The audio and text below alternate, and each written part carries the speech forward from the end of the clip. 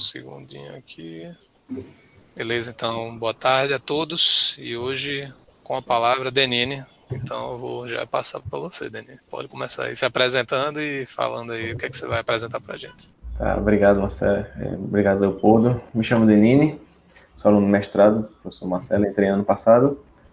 E hoje vou apresentar para vocês um trabalho que a gente está fazendo desde o ano passado, que é Shaker, usando uma ferramenta Shaker que a gente criou para detectar flake tests causados por concorrência. Esse trabalho foi feito com uma parceria, eu, Leopoldo e o professor Marcelo Damorim. E é isso, vamos lá. Primeiro, dar uma introdução para vocês sobre software testing. É que, basicamente, software são feitos por seres humanos, né? E seres humanos, eles podem cometer falhas, erros e o tão conhecido bug. Então, a gente faz testes com o objetivo de encontrar bugs no nosso sistema e aumentar, assim, a qualidade.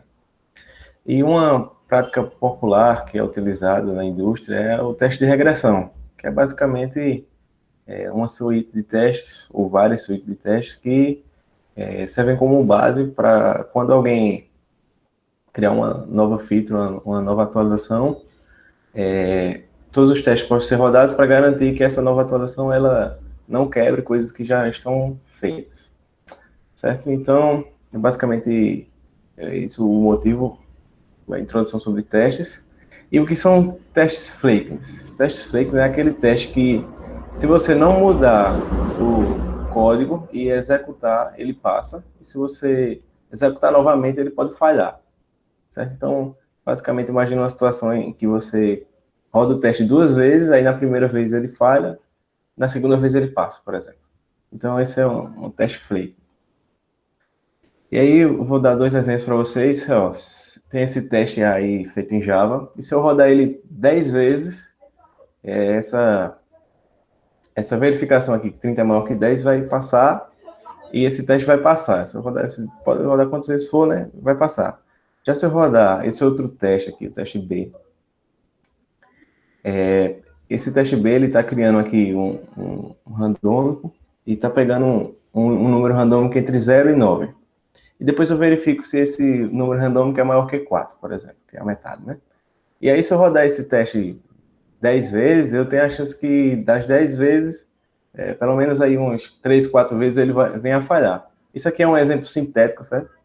Para mostrar de uma maneira bem simples para vocês como é que é basicamente um teste flake. Veja que eu não vou alterar esse código, que eu rodar ele várias vezes. Umas vezes ele vai falhar e outras ele vai passar.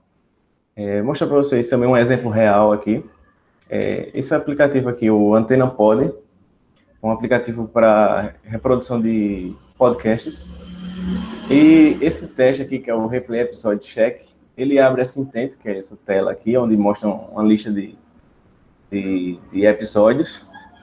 E nesse teste ele vai verificar se o episódio, depois de ele ter sido executado, ele pode ser executado novamente, certo?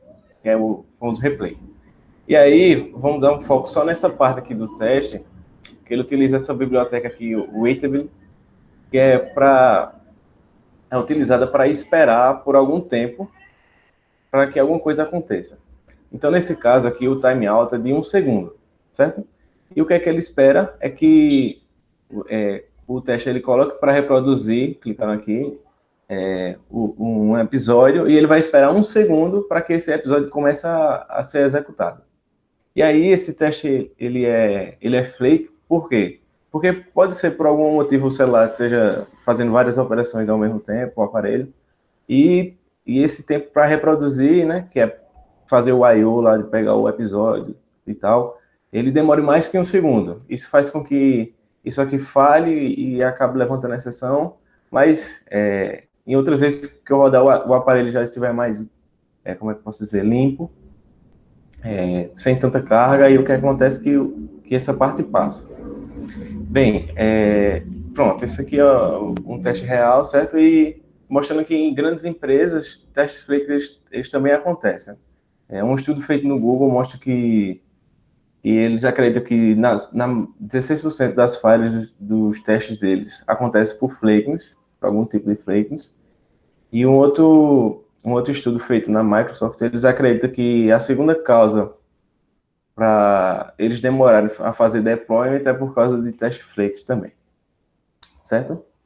E aí, qual a ferramenta, qual o meio, qual o método que o pessoal está utilizando para descobrir, para identificar esses testes flakes?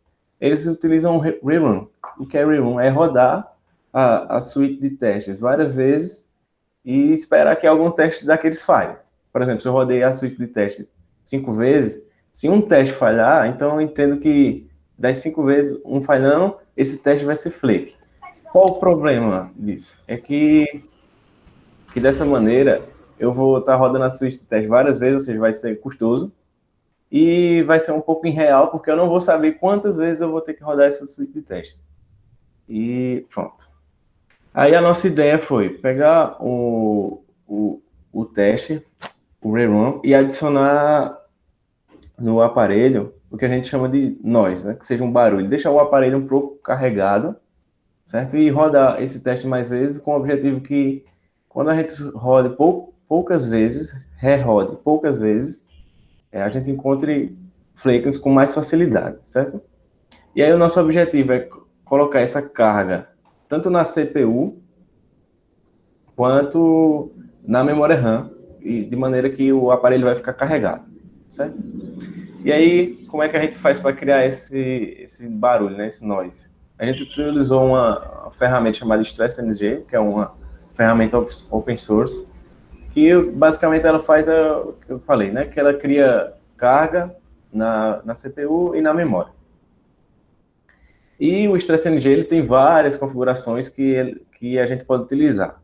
E aí a gente escolheu essas 4, certo? Existem várias lá, mas as mais comuns, e a gente acabou escolhendo elas, foram essas, que é esse menos CPU, e aí eu vou dar um range de 1 até N, onde N é o número máximo de threads que o meu aparelho tem, certo? Eu dei um exemplo aqui, 2, é a carga que eu quero utilizar, aí a carga vai de 1 até 100%. Então, no caso aqui, eu coloquei um exemplo de 50%. Esse VM é um stress de virtual memory, ou seja, do memory RAM, memória virtual. E aí eu posso escolher também de 1 até N e a porcentagem de carga que ele vai estressar, ou seja, de 1 até 100% também, certo? Ok.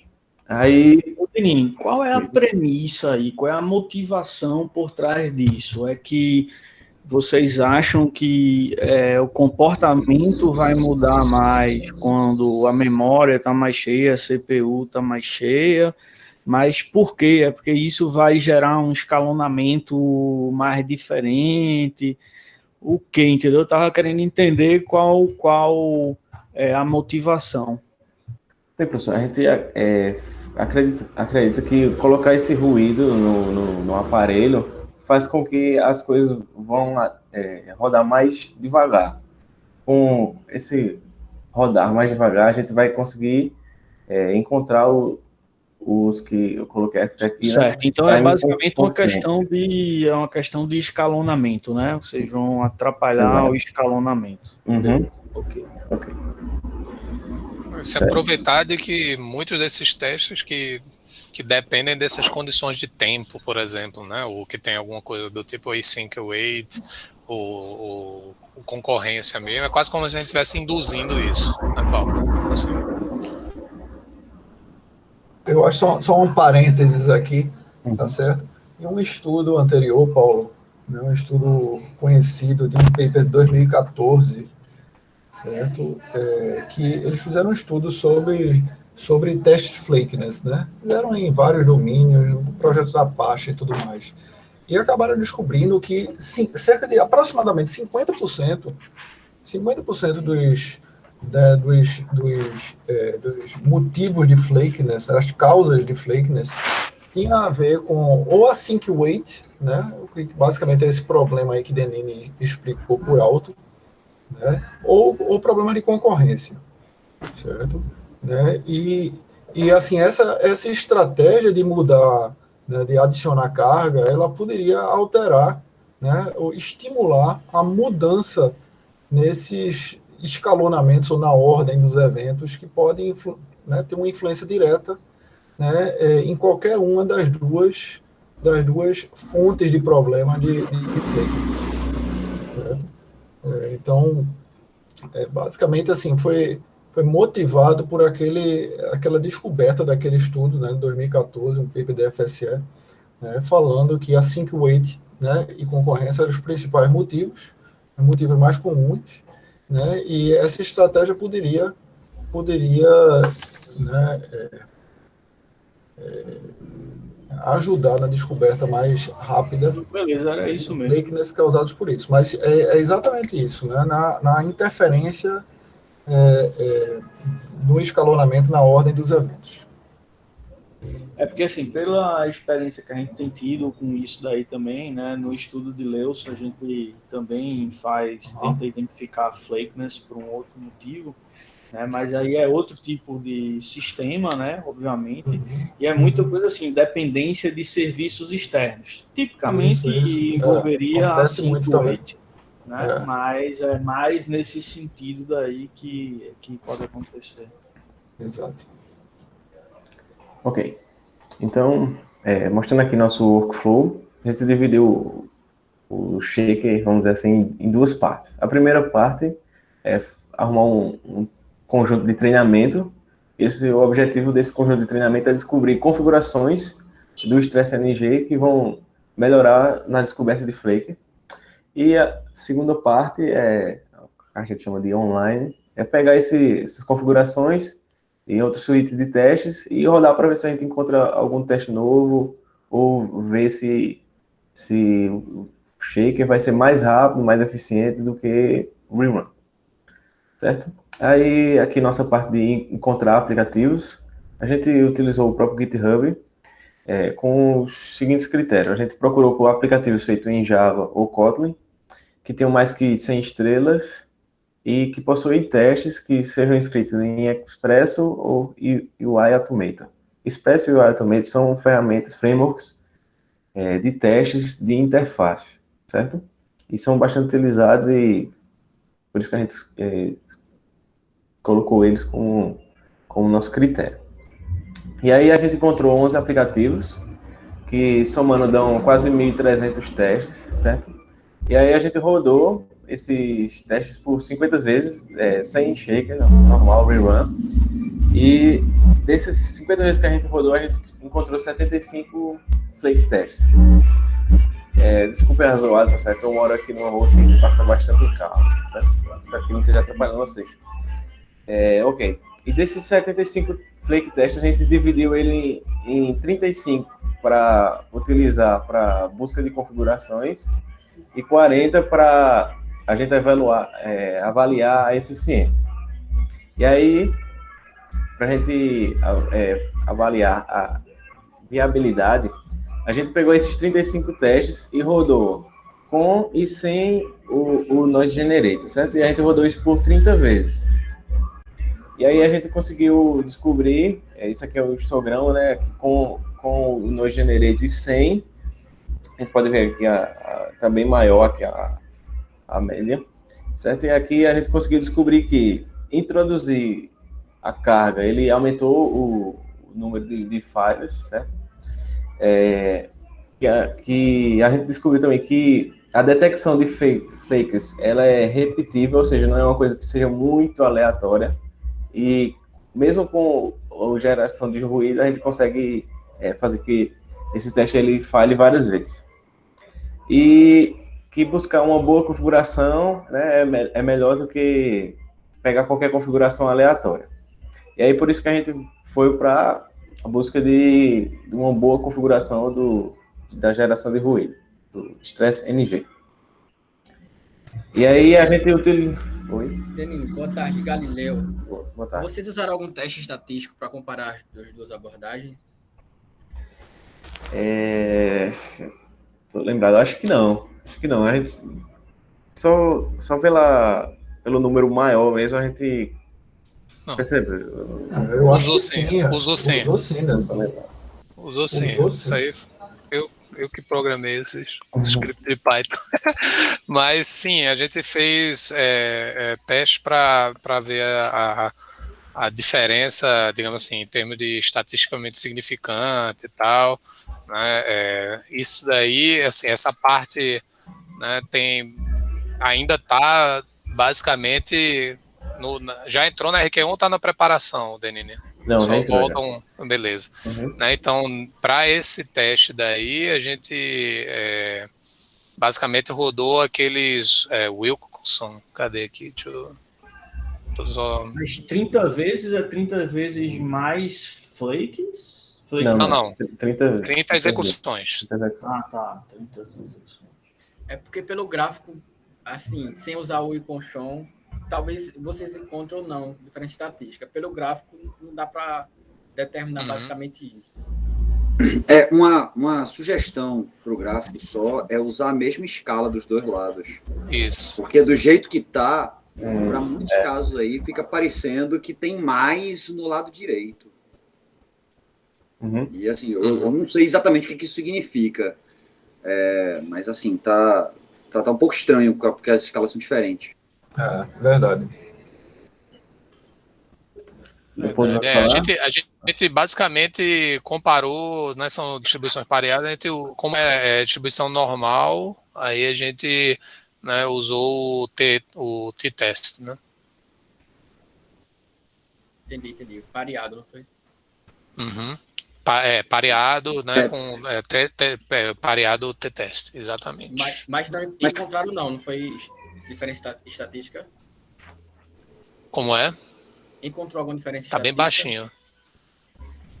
Ele perguntou se a gente encontrou alguma diferença estatística. Encontrou, show.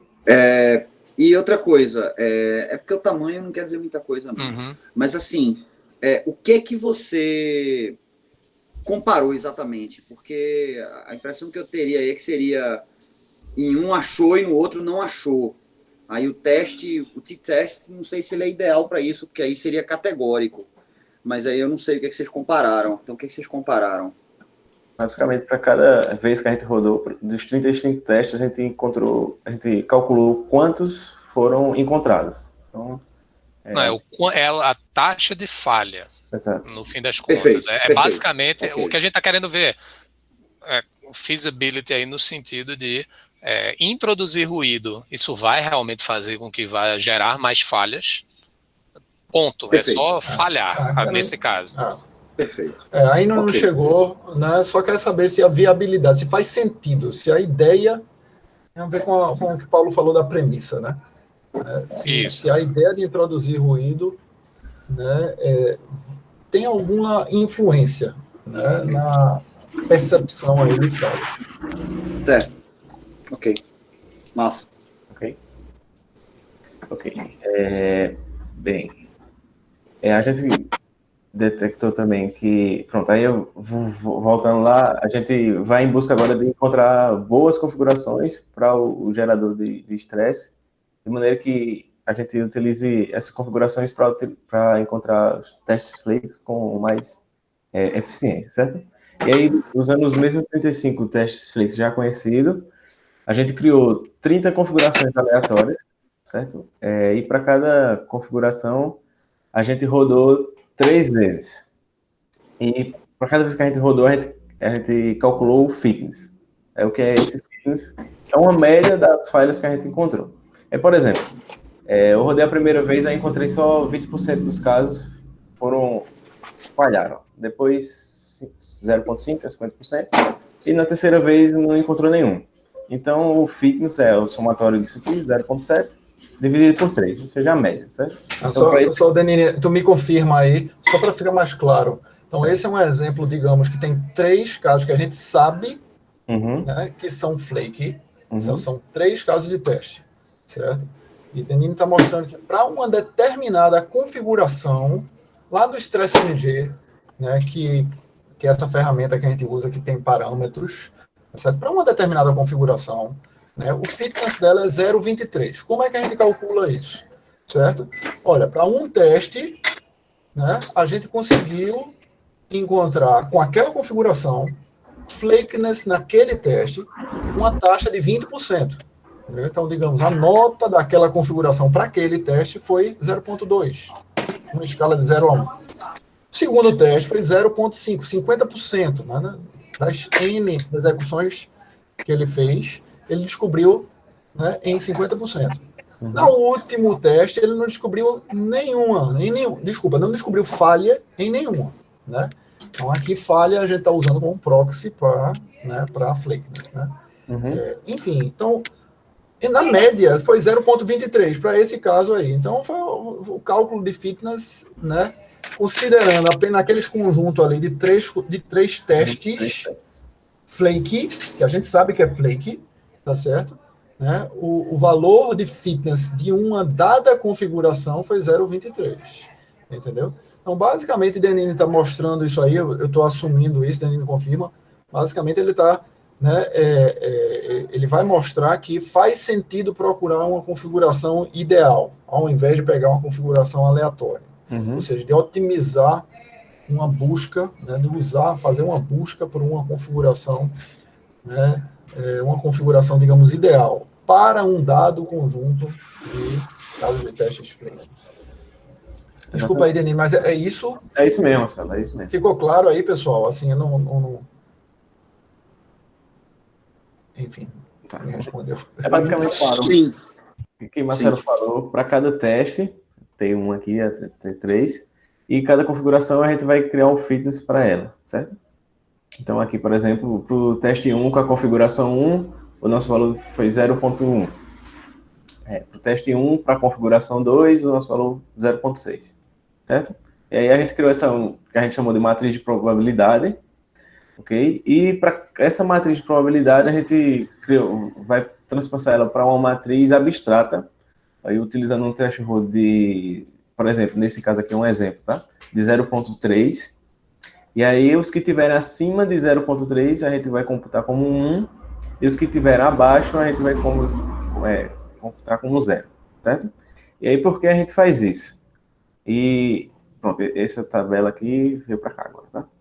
E aí a gente vai pegar e vai utilizar um algoritmo que a gente chama de MHS, de Minimum Hitting Set, que o que é que esse algoritmo faz? Ele vai pegar o conjunto de configurações mínimos que vai conseguir atingir todos os testes. Por exemplo, aqui C2 e C4. No caso, C2 ele vai atingir os testes T1 e T2, e C4 ele vai atingir o teste T3, certo? Aí o MHS, nesse exemplo aqui, daria C2 e C4. Aí, quando foi para o nosso caso, quando a gente executou realmente, né, a gente utilizou um threshold de 0,6. A gente rodou o teste 3 vezes, e para a gente calcular que aquela configuração foi boa, ela tinha que encontrar aquele teste pelo menos 2 vezes, ou seja, 0,6. Beleza. Aí, depois que a gente rodou isso tudo, a gente conseguiu encontrar as 4... Rapidinho, tem uma pergunta, Delano. Se tu quiser abrir aí só para fazer aí, porque eu acho que Denise talvez não esteja vendo. Pode ficar na apresentação, Denise, não se preocupa não. Poderia ser, no caso, vocês já estão considerando nesse minimum hitting set só duas configurações, ou vocês podem ter um conjunto de mais de 2 configurações? Então, pode ter um conjunto de mais configurações. Então certo. É encontrar a menor possível que englobe todos os testes. Certo? Entendi. Assim, só para complementar aqui, tá certo? Então, normalmente é mínimo, tá certo? Então, nesse caso, configuração mínima tem 2 elementos, mas MHS, normalmente, você pode ter múltiplos MHS, entendeu? Né? Então, poderia existir alguns exemplos aí que você tivesse MHS que é diferente de C2 e C4, entendeu? Faz sentido aí, Delano? Faz, sim, faz sentido. Eu acabei de perceber o mínimo agora. Entendeu? É mínimo, entendeu? Mas poderia ser diferente. É isso que eu estou querendo dizer. Então, normalmente, algoritmos de MHS não há um MHS necessariamente único. É isso que eu quero dizer, entendeu? Mas, enfim. É isso. Beleza. Pronto. Aí, quando a gente rodou isso, a gente conseguiu encontrar 4 configurações que, rodando essas 4 configurações, a gente conseguia pegar todos os 35 testes Flake, que já eram conhecidos. E aqui está o detalhe maior das 4 configurações, não vou entrar em detalhe, mas basicamente são essas 4 que a gente conseguiu encontrar, certo? E aí a gente vai utilizar elas 4 para todos os experimentos daqui para frente. Tá, agora a gente vai avaliar a eficiência. Então a gente comparou o shaker com o rerun com os outros 40 testes que a gente sabia que eram flakes, ou seja, tinha 75. 35 a gente utilizou para buscar as configurações e 40 para fazer essa avaliação. E aí, o que foi que a gente encontrou? A gente colocou para rodar shaker e rerun por 5 horas, que dá 300 minutos. E para cada caso flake que ele fosse encontrando, a gente vai subindo aqui a escala Y, certo? E a gente percebeu que o shaker detecta mais flake testes em menos tempo. A gente chegou à saturação com 14 execuções, que é aqui. E a primeira execução do shaker, ele já encontrou 65% dos testes flakes, que é a primeira execução aqui, mais ou menos. E também a gente conseguiu descobrir que o shaker ele descobre 85% do total do número de possíveis test flakes em 10% do tempo que rerun levaria. Ok? Certo. A saturação é aquele ponto que fica constante, viu, Denini? Onde fica uma reta ali em cima. Saturação não tem mais o que melhorar. Basicamente, assim, ele não consegue mais melhorar, basicamente é isso. Só para... Oi, Denini, Breno falando. Breno. Uma perguntinha rápida aqui. Nessas execuções, vocês tiveram algum controle na ordem dos testes, a ordem que os testes são executados? A suíte foi executada aleatoriamente ou sempre na mesma ordem? Na verdade, a gente deixou isso por conta do instrumentador. A gente fazia, executa esses testes aqui. Então, seria na ordem que o instrumentador está configurado. Entendeu? Então, só para confirmar, né? Ele não mexeu na ordem. A abordagem é totalmente black box, Breno. A ordem é a mesma, então, em todas as execuções, tanto para o rerun quanto para o shaker. Exato. Beleza. Eu estava só na dúvida aqui para confirmar que vocês tinham controlado para o caso de flakiness por dependência de ordem, né? Beleza. Entendi. Ok. Aí a gente vai entender agora a eficiência para descobrir novos testes flake. Então a gente pegou aqueles mesmos projetos lá que eu tinha mostrado e colocou o shaker para rodar com eles durante 5 horas também. E a gente conseguiu entender que o Flake encontrou 61 novos flakes, certo? Descartando aqueles 75 que a gente já tinha encontrado antes. Ele encontrou 71 novos test flakes. Aqui está a divisão em 6 projetos, certo? A maioria foi nesse aqui no Antena Pod. E nos 3 primeiras vezes que executou, ele já encontrou 45 de 61. Então, nas 3 primeiras execuções de shaker, já encontrou um grande número de testes flake, certo?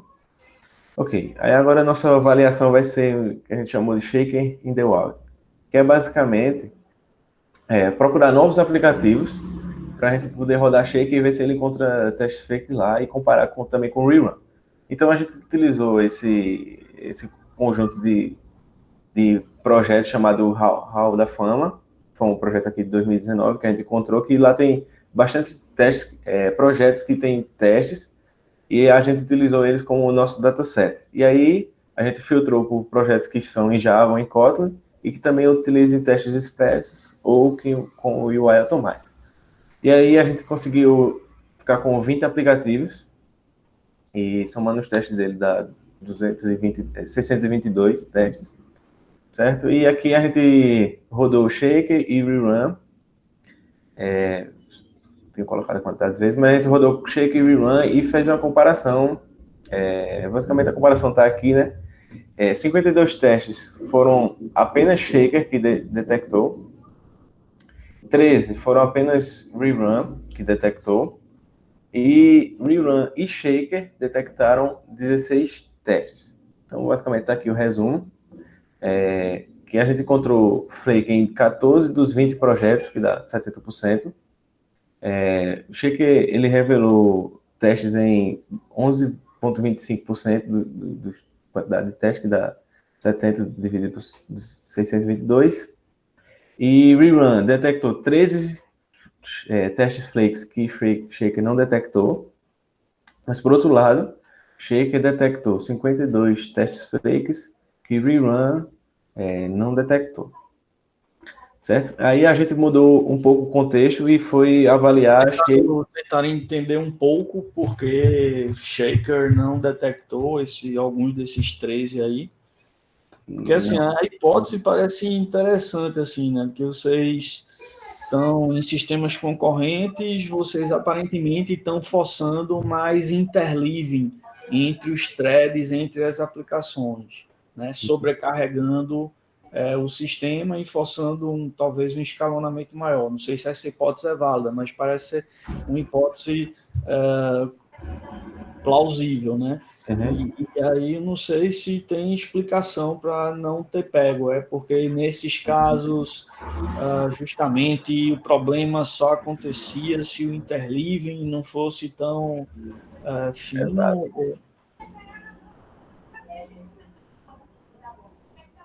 Não sei se vocês olharam um caso desse. Não, a gente não chegou a procurar entender o porquê, não. Certo? Mas é importante isso mesmo, viu, Danilo? Isso aí é importante. Uma pergunta que Paulo fez, realmente eu tinha notado aqui, e o fato de Paulo ter levantado também, assim, reforça a importância disso aí. Eu suponho, mas suposição, que é efeito do não determinismo. Né, assim, por chance, Rerun pegou e Shaker não pegou. Mas a gente precisa compreender melhor. Né? Isso. E se a gente for olhar até a categorização, que a Danilo ainda vai chegar nisso, né?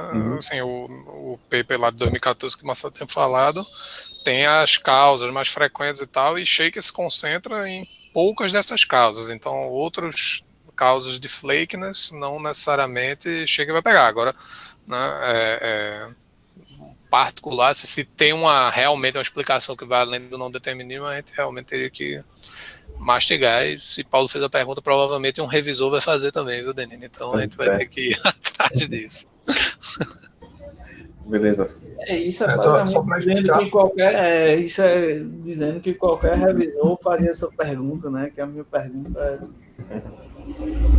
Não, que revisores do alto gabarito que vão revisar o nosso paper. Só revisor, não foi isso. Só revisores ilustres. Só quem revisa para TOSE revisou. Sim, exato.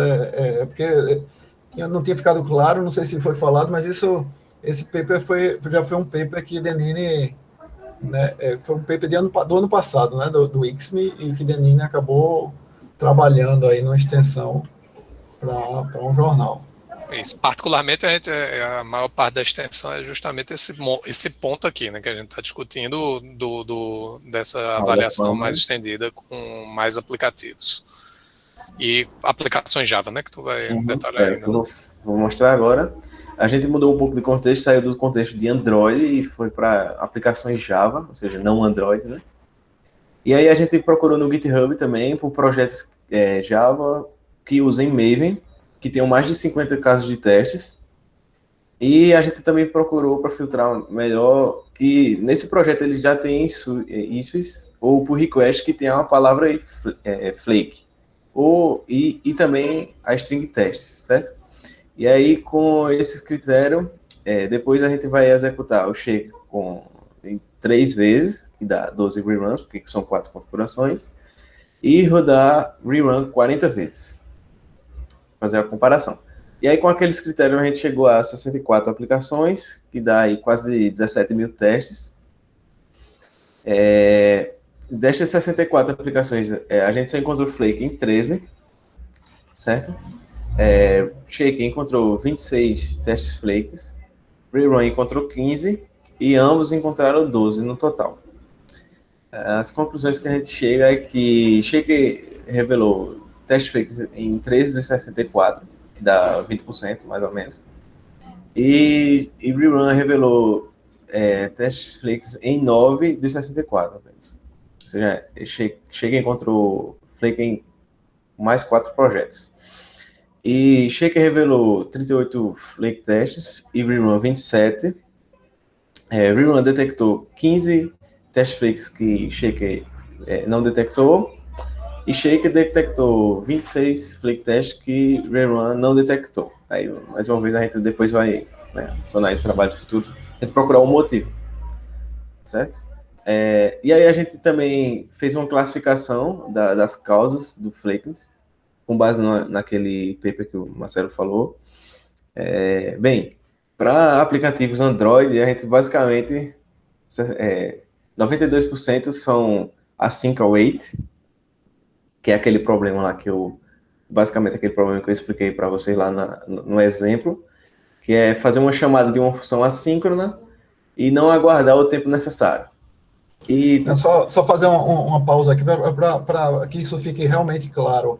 Então, imagine a situação, você tem um teste que faz uma requisição, né, que dispara o início de um servidor, né, e antes do servidor estar preparado para poder responder, você começa a enviar a requisição para o servidor, né, que ele não consegue responder e o seu teste quebra, né, porque você recebeu lá uma resposta de que o servidor não está pronto, entendeu? Então, esse é o exemplo típico de async wait, né? Você não aguardou adequadamente para uma chamada assíncrona, né?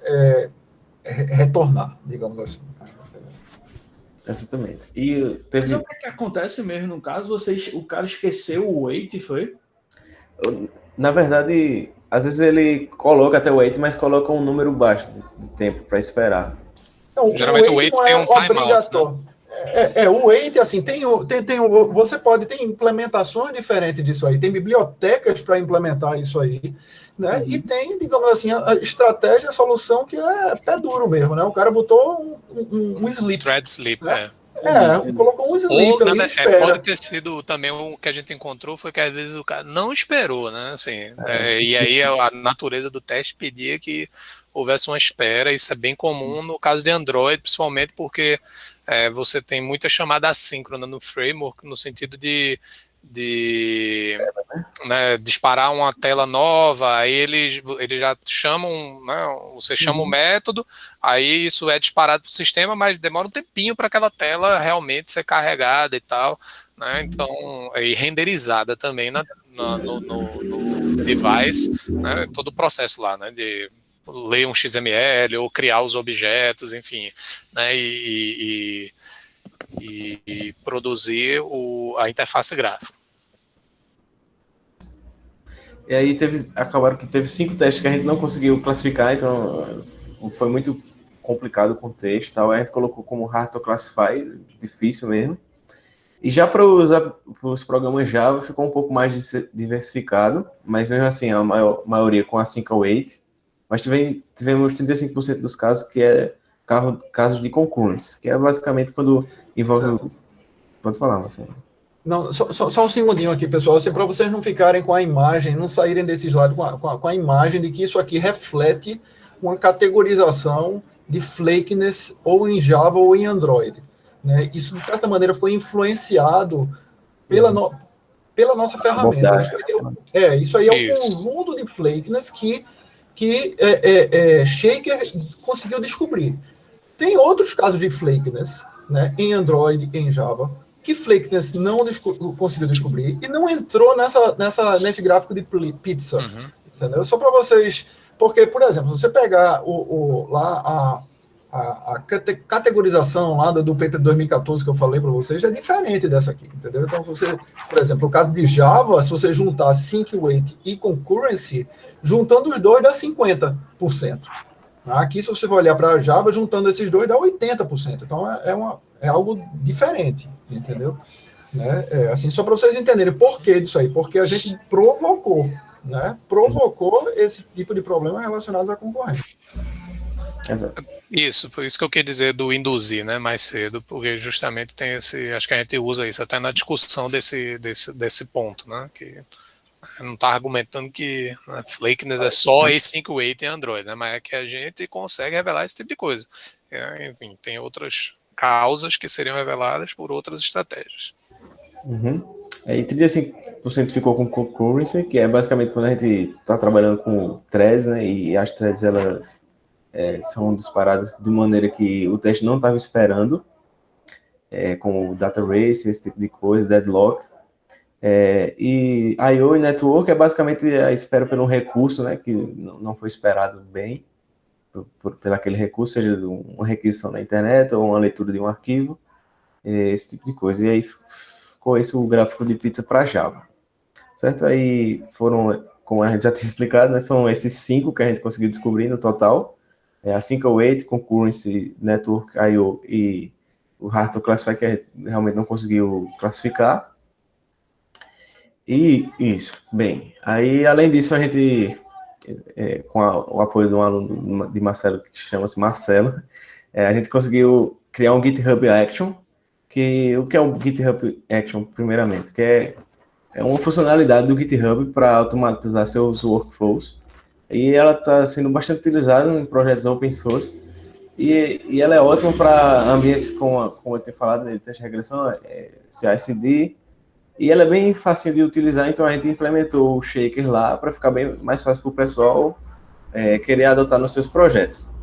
E aí, basicamente, rapidinho para mostrar para vocês como é que se usa, basicamente a gente tem que criar um arquivo YAML nesse diretório aqui, .github/workflows, e esse arquivo basicamente precisa ter o nome da CI que você quiser colocar, o trigger, que no caso aqui que eu coloquei, quando tiver um push na branch main, então ele vai disparar o nosso shaker. E aí, para disparar o shaker, basicamente eu preciso colocar que vai rodar numa máquina Ubuntu, fazer o checkout, né, que é o git clone, e depois chamar o nosso shaker aqui e dizer qual é a ferramenta que está sendo rodada. Por exemplo, se for o Maven, aí coloca o Maven. Se for o Android, aí vai colocar o Android aqui. E a gente pretende aumentar o suporte para outras linguagens também. Certo? E aqui está um exemplo só como que é o reporte do shaker. Basicamente, quando encontrar um teste flake, ele dá um reporte que vermelhinho o nome do teste, quantas vezes ele falhou, e também a gente mostra também a stack, né? O erro, a seção que foi que falhou. Esse é só um exemplo mesmo que a gente criou para mostrar para vocês o output. Bem, é isso. Eu agradeço a vocês pela participação. E aqui está o link da nossa ferramenta. Muito massa, viu, pessoal? Muito legal. Sim, então de parabéns. Muito massa. Essa parte do workflow aqui, né, assim, do GitHub Actions, a gente acabou de implementar, Marcelo, né, com 2 L's, né, acabou de defender o TG dele, né, e então a gente já tem implementado, mas a ideia é ver se isso, né, sei lá, a gente consegue aplicar isso realmente em projetos reais. A gente já tem como um tutorialzinho, como você plugar isso no seu repositório. A gente já fez fork de repositório para mostrar que daria para adequar, mas é claro que, né, a parte do estudo de uso mesmo, né, assim, a gente vai precisar de um certo tempo aí. Inclusive, quem tiver sugestões aí de como incentivarmos a adoção de maneira ética. Henrique sugeriu aqui no privado usar os robôs deles para sair abrindo fork em vários projetos, mas isso não funciona não. Isso aí a gente já fez, né? Para ver a viabilidade. A ideia, só para antes de sair, mas a ideia justamente de ir para esse GitHub Action era justamente evitar isso aí, né? Porque até onde eu sei, assim, uma maneira de contornar, uma maneira ética de evitar esse tipo de enfim, né, trabalho de robô e abrir pull request e tudo mais, era justamente nesse caminho, né? Você criar uma actions, pedir para o pessoal adotar aquilo ali, ter telemetria, dados de telemetria para medir a adoção e tudo mais. Mas deixa eu entender bem o que é que esse negócio faz. Ele roda, é um GitHub Actions que quando você dá um push, ele roda os testes e tenta detectar... Isso. Ele vai aplicar aquela técnica do ruído, né? Esse é o CI, Paulo, assim, do GitHub, né? Não, eu sei, a gente tem usado isso nos projetos. Beleza. Tem usado nos projetos. O que eu estava querendo era entender qual é o uso de shaker ali, entendeu? É para se algum teste quebrar, ele entra em ação para dizer se é flake ou não, ou independente se quebrar... independente de É como se ele rodasse um pipeline ali de shaker para avaliar. Ele vai rodar alguns testes e tal. Isso é configurável, inclusive era uma das features que a gente queria incorporar aí, mas hoje, aí, né, qual é a ideia? O cara, você tem o seu projeto, aí você copia aquela seçãozinha ali do GitHub Actions, coloca lá no teu projeto, né, e na medida que você dá do jeito que está aí, é no push, né, no push, aí vai rodar essa ação, né? Aí o que é que ele vai fazer? Nessa ação aí vai baixar o shaker lá na máquina virtual, lá dentro dos servidores lá do GitHub, né? E rodar o shaker na suíte de teste do cara, né? Só que isso acontece lá na nuvem, né?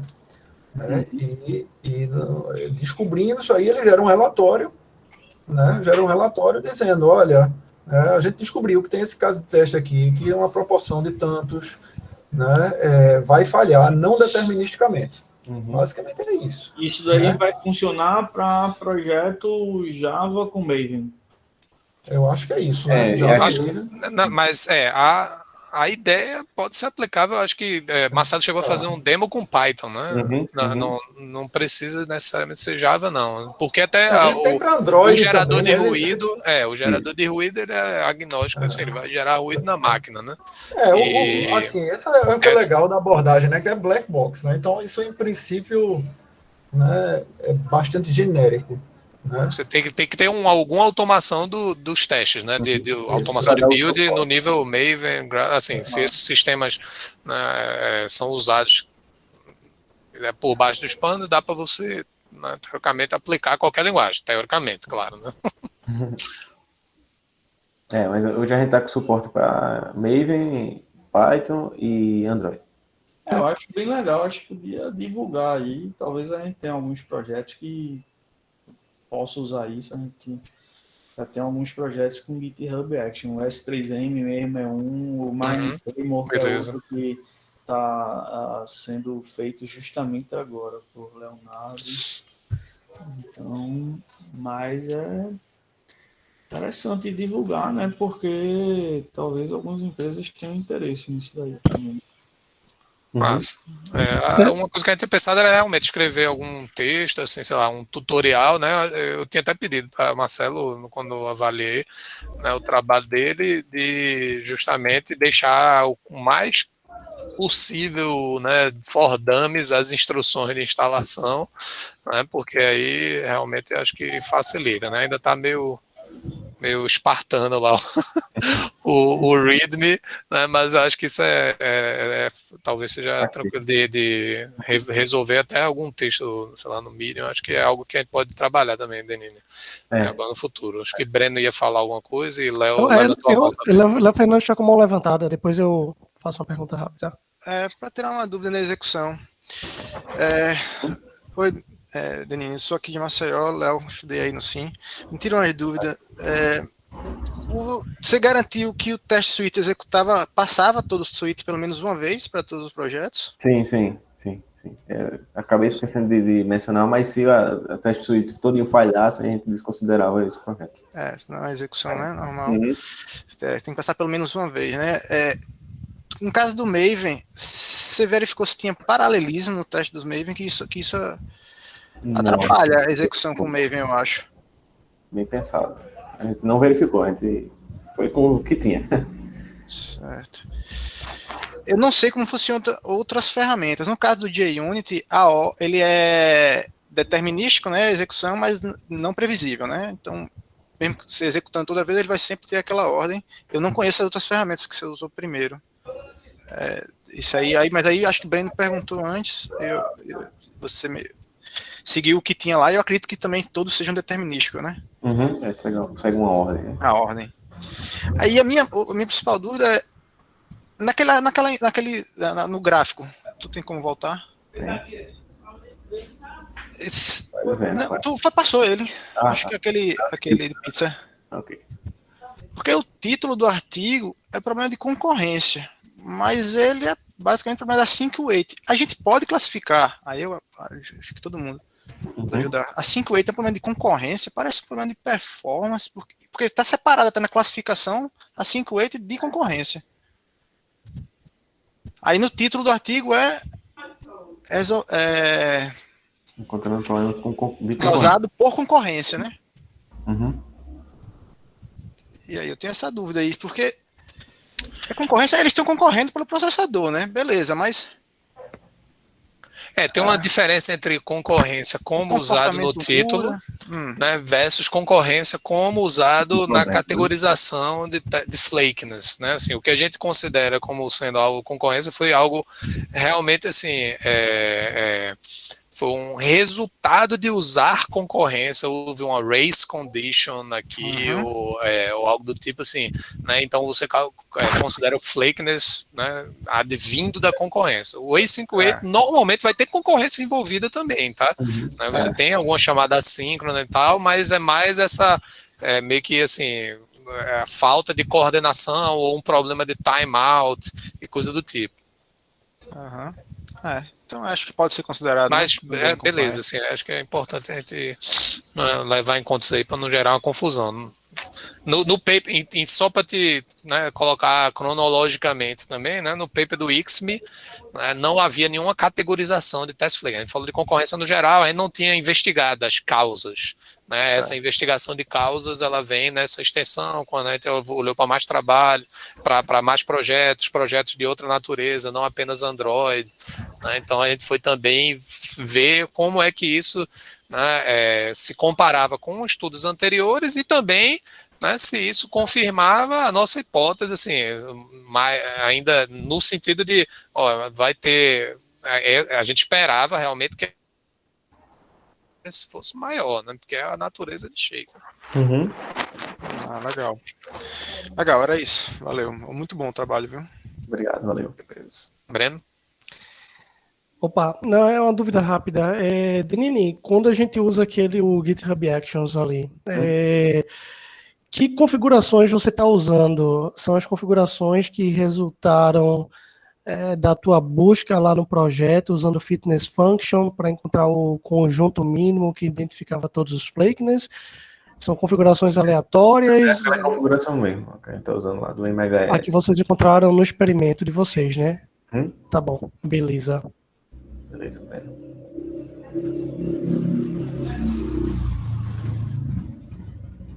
Mais alguma pergunta, pessoal? Muito bom, pessoal. Parabéns. Bem legal. Espero que vocês organizem isso aí para a gente fazer uma divulgação. Beleza. Não só na página do projeto, mas via a comunicação do SIM também, redes sociais. Eu acho bem legal. Massa. Beleza, então, valeu aí. Quem tiver mais sugestões ou lembrar de alguma coisa, você pode entrar em contato conosco. Certo? Ou tiver projetos onde se possa isso, usar é uma boa. Realmente, né, assim, a gente agradece. Beleza. Eu, com certeza, tem. Olha aí, já está escalado aí, Denis. Pega logo o e-mail dele. Tá bom. Só uma dúvida, vocês têm recebido os e-mails, né, de notificação, né? Sim. Chegou um de lembrete hoje também, tudo? Chegou. Beleza. É porque para mim não chega. Como eu que enviei, ele não aparece na minha caixa de entrada, eu só estava querendo